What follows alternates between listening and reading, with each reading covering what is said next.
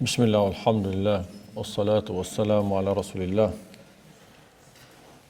E falenderojmë Allahu subhanahu wa ta'ala, Zotin e botëve. Salavat dhe selame dërgojmë mbi të dërguarin ton, mbi familjen e tij dhe mbi gjithë shokët e tij. Me emrin Allah subhanahu wa ta'ala po vazhdojmë serinë e derseve tona pas pauzës që kemi bë në muajin e Ramazanit deri më tash, e që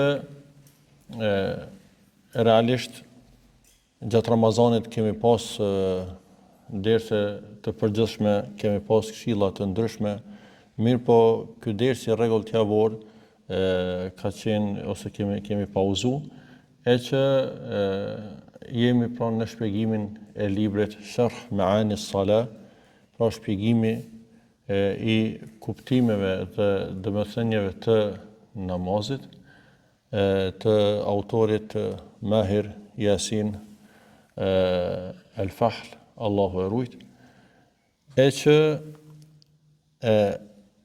qëllimi ose nëpërmjet njohjes së kuptimeve të namazit, ose duke njohur kuptimet e namazit, kjo i jep jetë dhe gjallëri namazit tonë.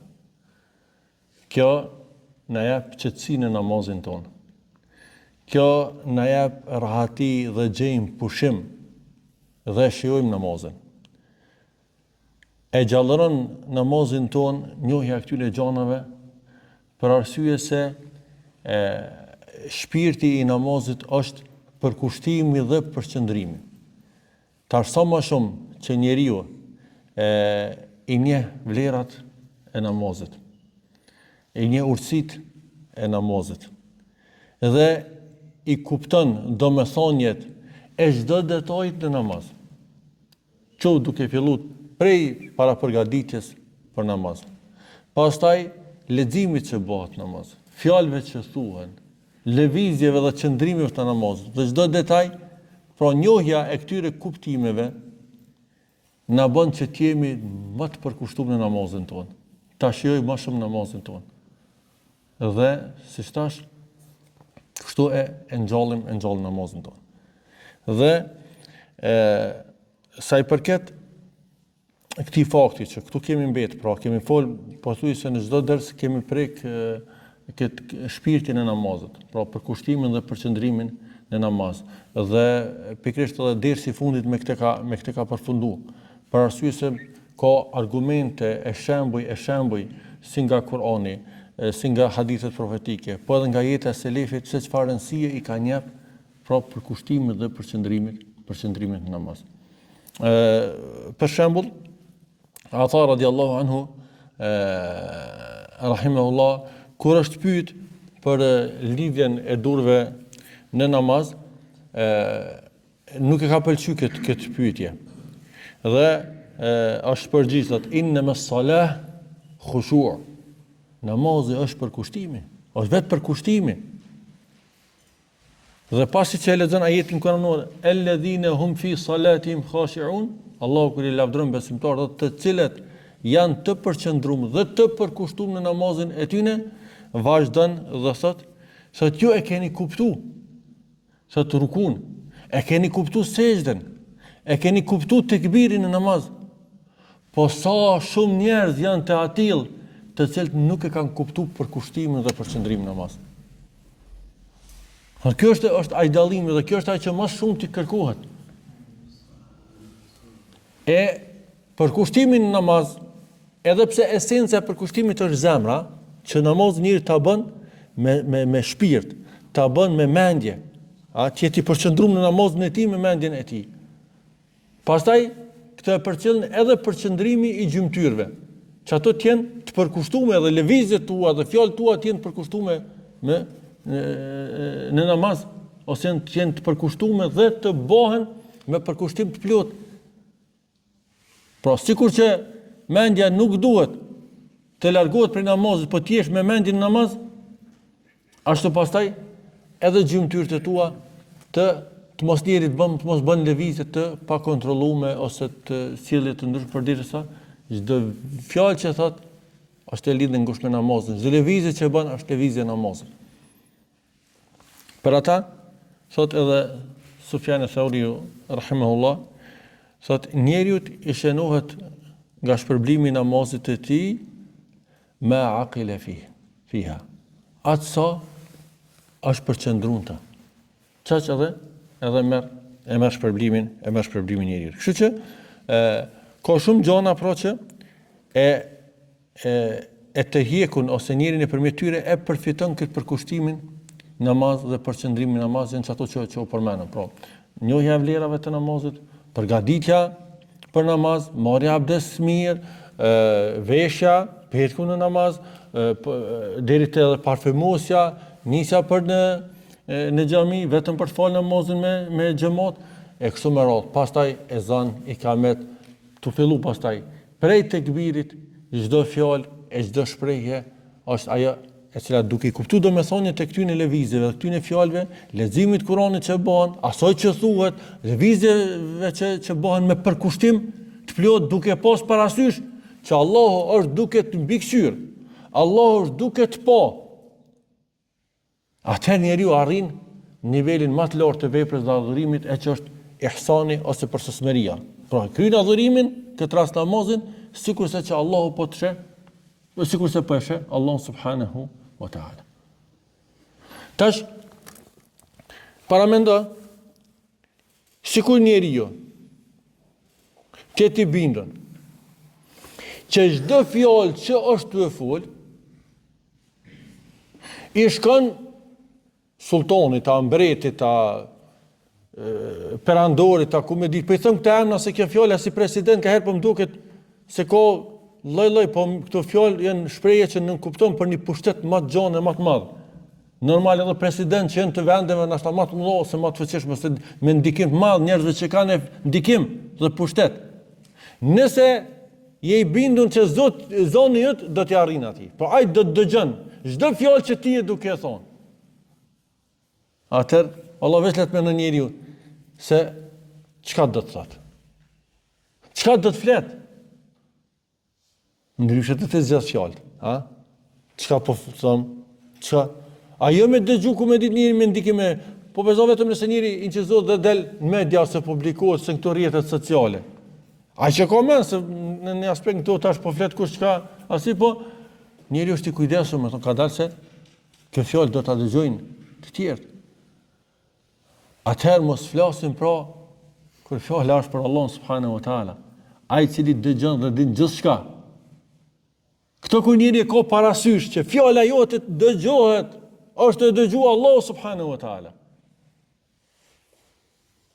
Atëherë njeriu ka kujdes kur e thot në formë madhështore, duke shpreh madhështi për Allah subhanahu wa taala, duke shpreh dashuri për Allahun te bareke ve taala, duke shpresuar shpërblimin e tij për fjalët që I thot dhe për kushtimin që e bën, adhurimin që e bën.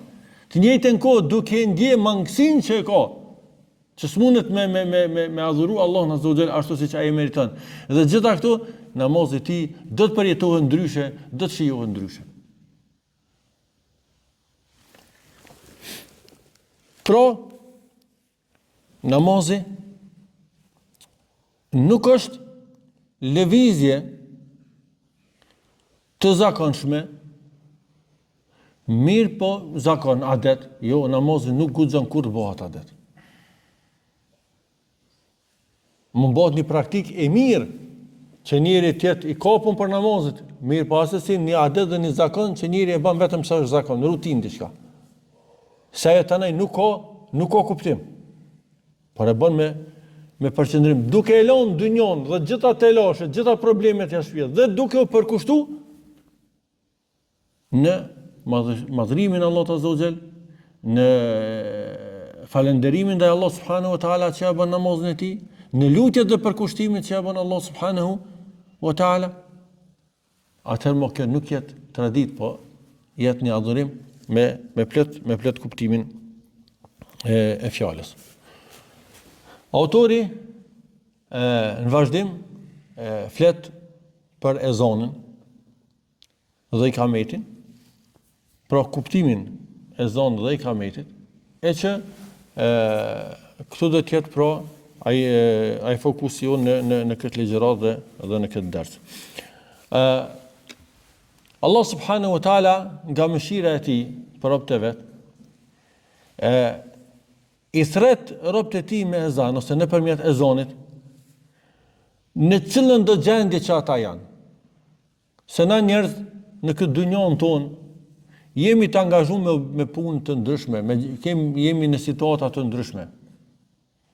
Dikush atje në zhurmën e tregut të shitblerjes, dikush atje në zhurmën e punëtorisë ku punon, dikush në fabrikën atje ku është, dikush në orën fushë, dikush në shtatu flajtë të pushue, dikush o habit mas gjanave të ndryshme, mas tekave dhe qefeve, dikush andej.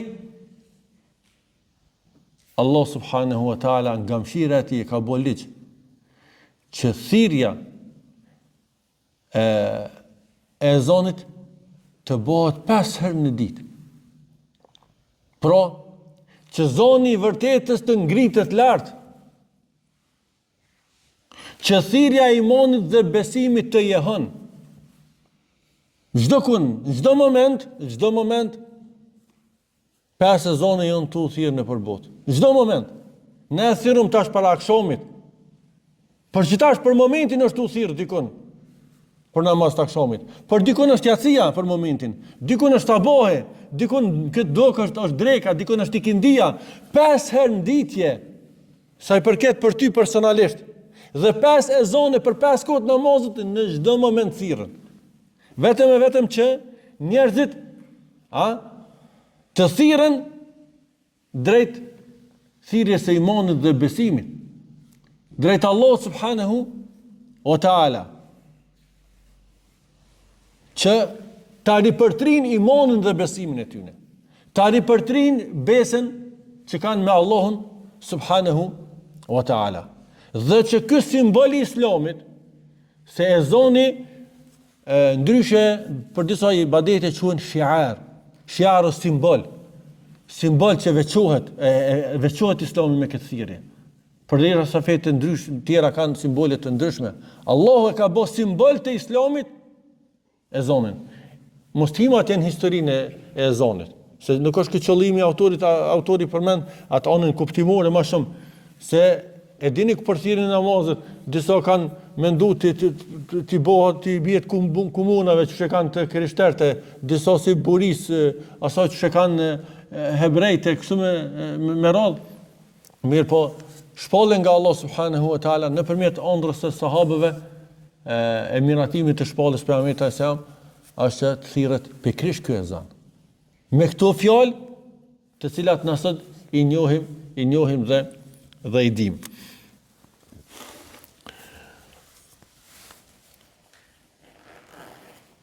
Muezinët i ka veçuar Allah subhanahu wa taala dhe do t'i veçojë në botën tjetër, ku i lavdëron pejgamberit sallallahu alaihi wasallam në thonjen e tij kur thot el muadhdhinuna atwalu nasan anaqan yawm al-qiyamah, thot muezinët janë njerëz me qafën më të lartë ditën e kiametit. Por do të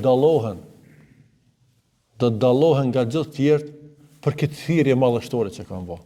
Që kanë ngrit zonën me këtë thirrje. Që realisht kjo thirrje Allahut azza wa xal, që bëhet nëpërmjet zonit tonë dhe gjuhëve tona.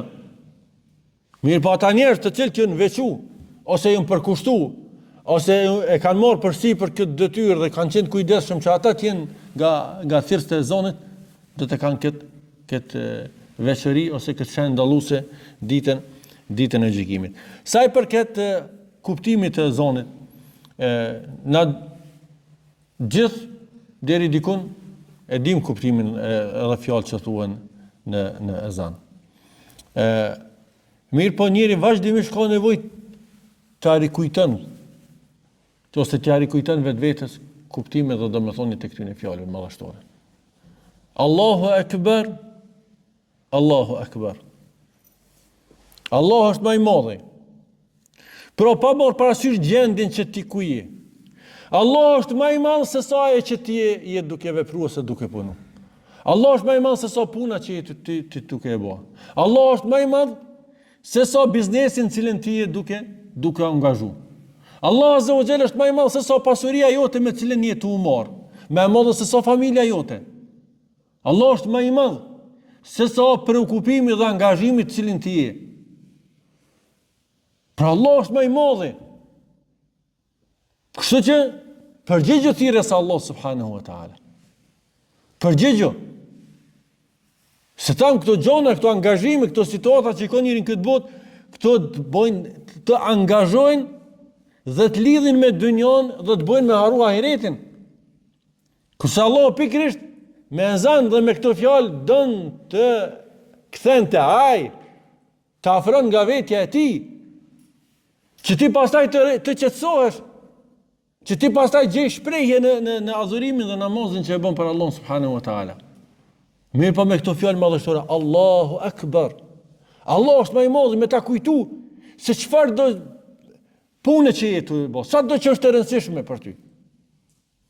Allahu është më i madh se sa ajo që ti je duke bë, se je duke vepruar. Kështu që përgjigju Allah subhanahu wa taala.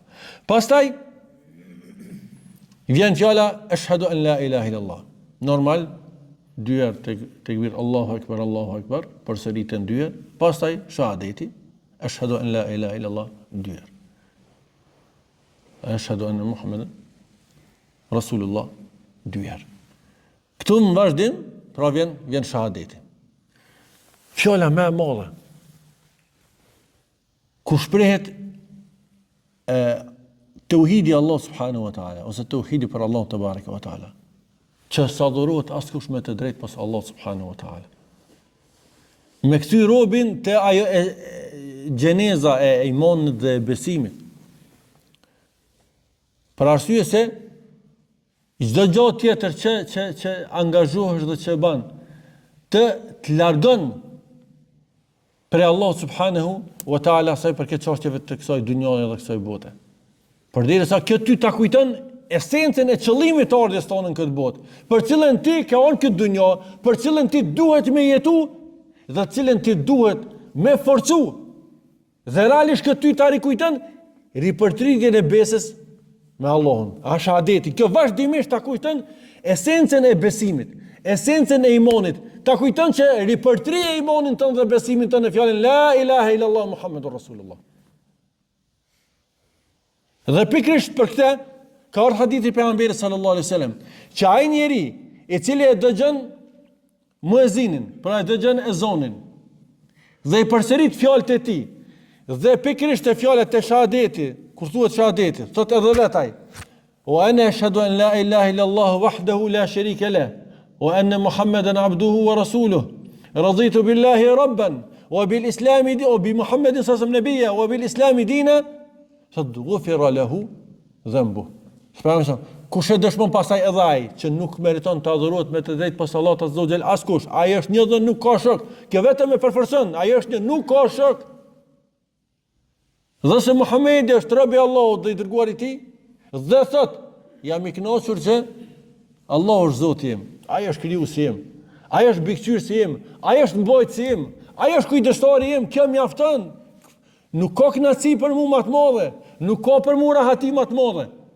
Se sa fakti që Allah është Zoti im, se sa Muhamedi që është i dërguari im, se sa Islami që është feja ime, ligjet e Allah subhanahu wa taala.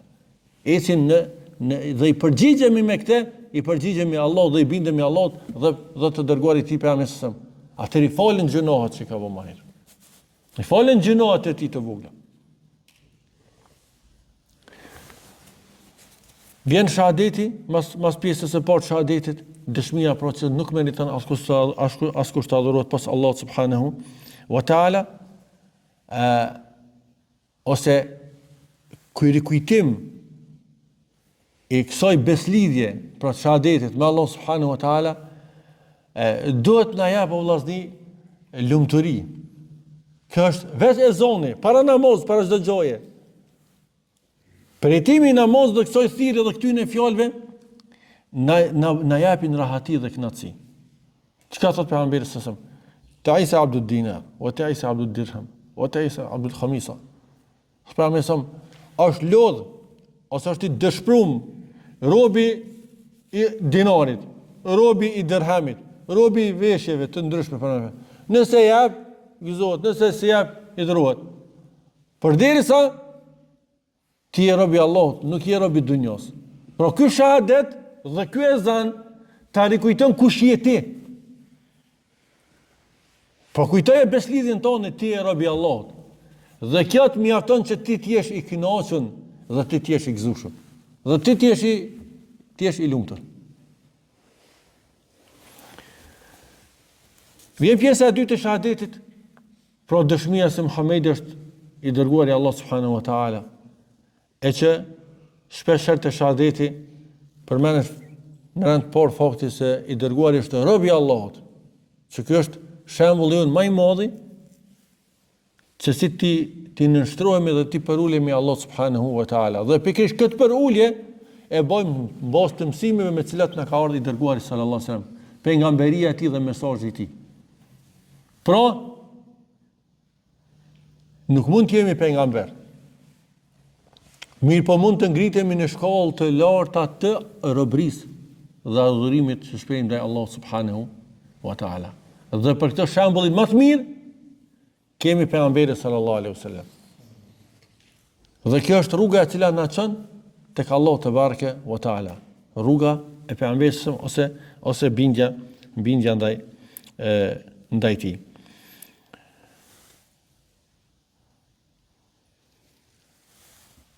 Sa i përket fjalën më vazhdim, hayya ala salah, hayya ala falah, e janë në namaz, e janë në shpëtim.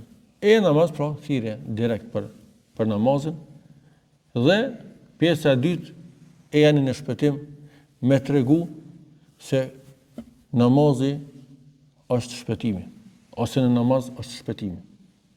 Dhe në gjuhën arabe përmenden dietar që nuk ka shprehje e cila i përmbledh më shumë mirësitë Allah azza wa jalla se sa al-falah, se sa shpëtimi. Se ti me këtë arrin pra të shpëtojsh dhe të falen gjunohat e mëkatet, e të shpëtojsh prej zemrimit të Allahut, e dënimit të tij dhe të gëzosh shpërblimet e Allahut, kënaqësinë e tij që do të jap robët e tij dhe xhenetet e tij. Atëherë kjo ta kujton ty se çka do të kërkosh ti, cili është qëllimi jot.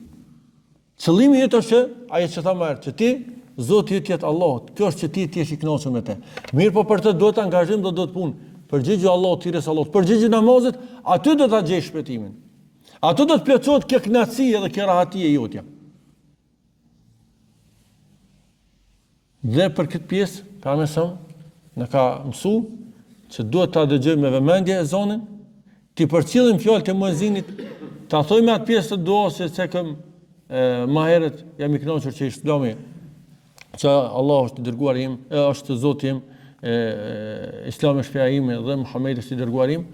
Pastaj kur vjen pjesa hayya ala salah, hayya ala falah, te kjo pjesë të thojmë la hawla wala quwata illa billah, pra nuk ka fuqi as ndryshim të gjendjes pa përveç se me ndihmën e Allah subhanahu wa taala. Dhe këtu kërkon ndihmën e Allahut që me të ndihmu Allah me ju përgjigj thirrjes së ezanit, dhe pjesa e fundit prapë janë përsëritje Allahu akbar, la ilaha illallah, ku përforcohet prapë kjo thirrje, më na kujtu se Allah është më i madh se sa çdo situatë që na jemi, dhe se qëllimi për cilin ne jetojmë, për cilin jemi kriju, dhe cilin dojmë ta jetësojmë dhe ta realizojmë në jetën tonë, është pikërisht fakti që nuk meriton askush të adhurohet veç Allahut subhanahu wa taala. Dhe në fund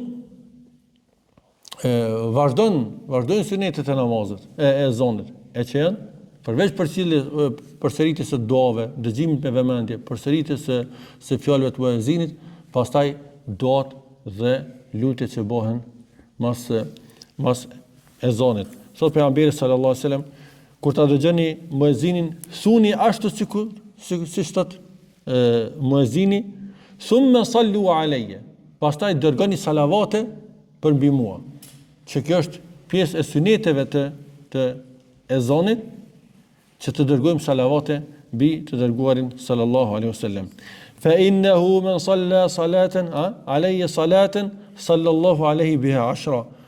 Kush njëherë dërgon salavate mbi mu, Allahu do të dërgon salavate 10 herë mbi te. Domthon kush kërkon nga Allah azza wa jall ta lavdëroj Muhamedit alayhis salam, Allahu do ta lavdëron atë person 10 herë. Pastaj e përmend pjesën tjetër të duas, thumma sallallahu li al-wasila. Pastaj kërkoni Allahut që mu të më jap ndërmjetësimin.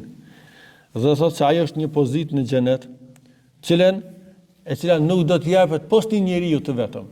Dhe shpresoj që unë të jem ai njeri dhe ai person i cili bën këtë lutje, këtë do për pejgamberin alayhis salam, ai e meriton ndërmjetësimin e pejgamberit alayhis salam ditën e gjykimit. Në fund duaja, Allahumma rabba hadhihi da'wati at-tamma was-salati al-qa'ima ati Muhammedin al-wasila wal-fadila wa ba'athu maqaman mahmudan alladhi wa'adta.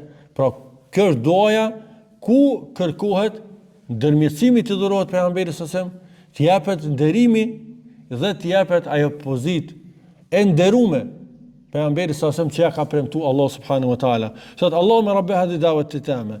O Allah, Zot i kësaj thirrje të plot. Për cilën thirrje fjala është?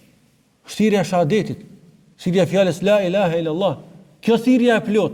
Dhe kjo është e vetmja thirrje e plot. Se çdo thirrje dhe çdo besim dhe çdo pretendim tjetër ku i bëhet shirk Allahut azza wa jall, ajo nuk është e plot. Ajo është e mangët. Po kjo është thirrja e vërtetë, e vetme dhe e plot. O salatul qaima, dhe namazit, Zoti namazit i cili do të falet, ati Muhammedin wasila wal fadila. Jepi Muhamedit pra ndërmjetësimin dhe nderin dhe jepi atij pozitën e nderimit të cilin ja ke premtu. Thot alladhi wa'adta, cilin ti ja ke premtu. Thot pejgamberi sa më dhe këto. Thot ai cili thot këtë fjalë, ai e meriton pra shefatin tim ditën e gjykimit. Dhe padyshim se Allah subhanahu wa taala nuk i thën premtimet e veta. Por për urtësive të ezanit mos të marrim me kohë më shumë. Për urtësimet e ezanit autori përmend, thot me këto domethënë shfaqet ky simbol i Islamit, që thamë shiar, ezani është simbol i Islamit. Gjithashtu me këtë thot ngritet fjala e shahadetit, po ngritet fjala e tauhidit. Pastaj ngritet përmendja e pejgamberit sallallahu alajhi wasallam. Allahu ka premtuar pejgamberit sallallahu alajhi wasallam, wa rafa'na laka dhikrak. Ne thot e kemi ngrit përmendjen dhe emrin ton. Përderisa ku i kanë vdek djemtë e tij, po besimtarët atje kanë thonë po i vdesin pasardhësit e tij, do t'i harrohet emri i tij. E kundërta, ata janë harru. Kurse emri pejgamberit sallallahu alajhi wasallam është i shoqëruar me emrin e Allahut. Po thuaj se sa përmendet emri i Allahut, përmendet edhe emri i tij. Dhe me ezan në farforme vërtetohet ky ajet kuranor. Dhe Allahu e përmbush premtimin e tij që ja ka dhënë pejgamberit sallallahu alajhi wasallam, se na do ta ngritim me emrin ton. Na do ta përmendim emrin ton. Dhe në çdo ezan 5 herë në ditë, në 5 vende në përbuz, çdo vakt ku hin se cilin vend, përveç se përmendet Allahut, përmendet edhe emri i pejgamberit sallallahu alaihi wasallam. Pastaj me këtë vërtetohet pejgamberia e tij, bëhet thirrje për namazin me xhamat dhe në fund ngritet argumenti për gjithë njerëzit që të thirrën tek Allah subhanahu wa taala i cili është më i madh. Sa i përket ikametit që mos zgjatet derisi më shumë, fjalët janë të njëjta. Me përjashtim të fjalës qad qamet as-salah, shën që po ngritemi me fal namazin. Mirë, po ajo që autori nalet më shumë te ikameti, nalet te kuptimi dhe domethënia e fjalës el-iqame, ikameti. Ikamet sa herë përmenden në Kur'an namazin, sot na përkthejmë shqip dhe faleni namazin. Ose wa iqamu s-salata. Dhe falni namazin. Që e fali namazin, po themi me fal namazin. Ama iqame arabisht është ngritja e namazit. Me përkthy bukfalisht nuk di munova fjalë shqip me gjet, nuk di çfarë shprehje na shtamat përshtatshme me gjet në shqip. Është iqame është diçka me ngrit. E qëllimi është se njeri namaz ngritet dhe qëndron para Allah subhanahu wa taala dhe fal namazin pikërisht me përkushtim, pikërisht me kushtet, me rregullat, me normat që i ka caktuar Allah subhanahu wa taala dhe pejgamberi, pra e fal namazin ashtu siç duhet. Dhe kjo është çka kërkohet namaz. Zakonisht namazi, falja e namazit, pra ose namazi pa që shprehjen ikame, pa shprehjen folje përpara, kur përmenden në Kur'an, përmenden vetëm forma negative. Wailul lil musallin. Mirë për namazlit. Mirë për namazlit. E çfarë në kupton kjo? Se nuk e kanë bëj ikame, nuk e kanë ngrit namazin ashtu siç e kërkon Allahu subhanahu wa taala.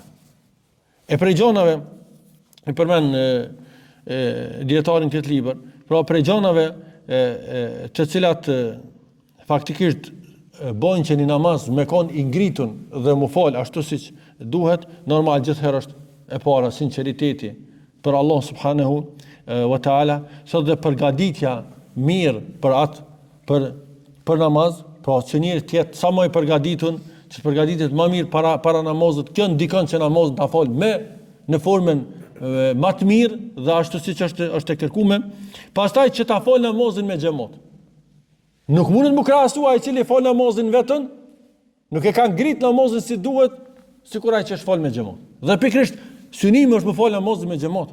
Sot Abdullah ibn Mas'ud radhiyallahu anhu ka përmendur autori e therrën e tij, fjalën e tij që është shumë e njohur, thotë men sarrahu an yalqa Allah gadan musliman, ai cili don që nesër të takon Allahun azza wa jall duke qenë musliman. Kështu thotë Abdullah ibn Mas'udi.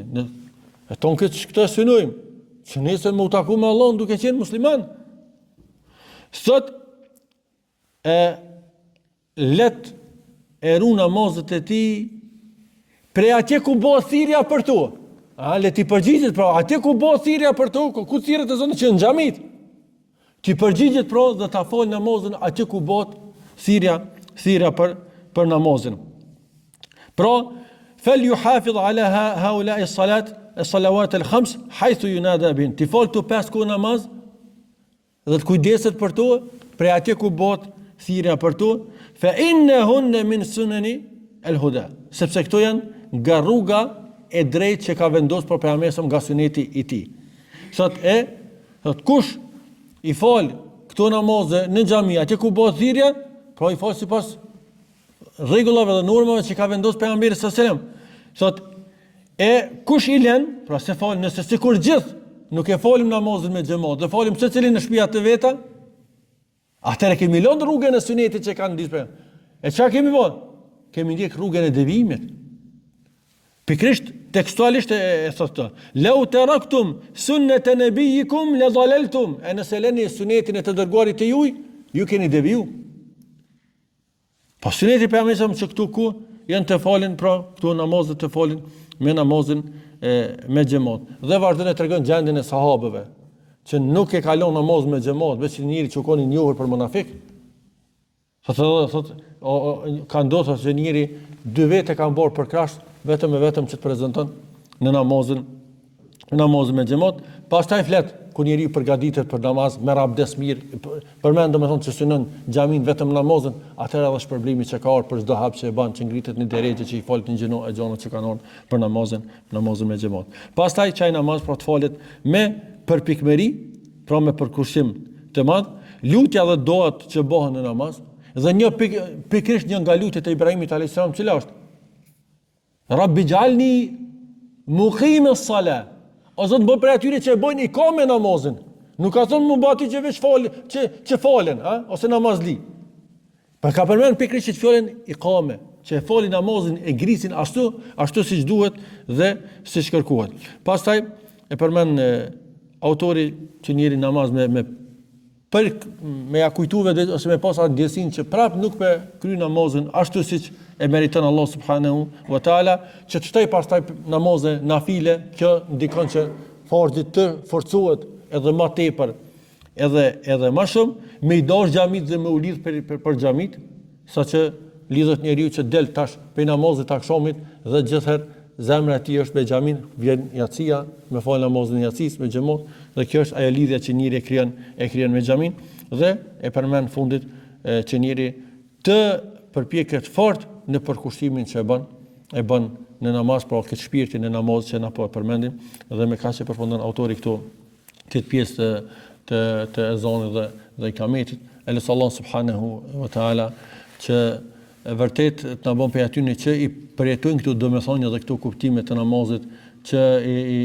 e shijojnë ëmbëlsinë, që ta shijojmë pra ëmbëlsinë e imanit dhe kënaqësinë gjatë adhurimit të Allahut azza wa jalla në këtë adhurim të madh. Wa sallallahu sallam ala nabina Muhammad wa akhiru da'wana alhamdulillahi rabbil alamin.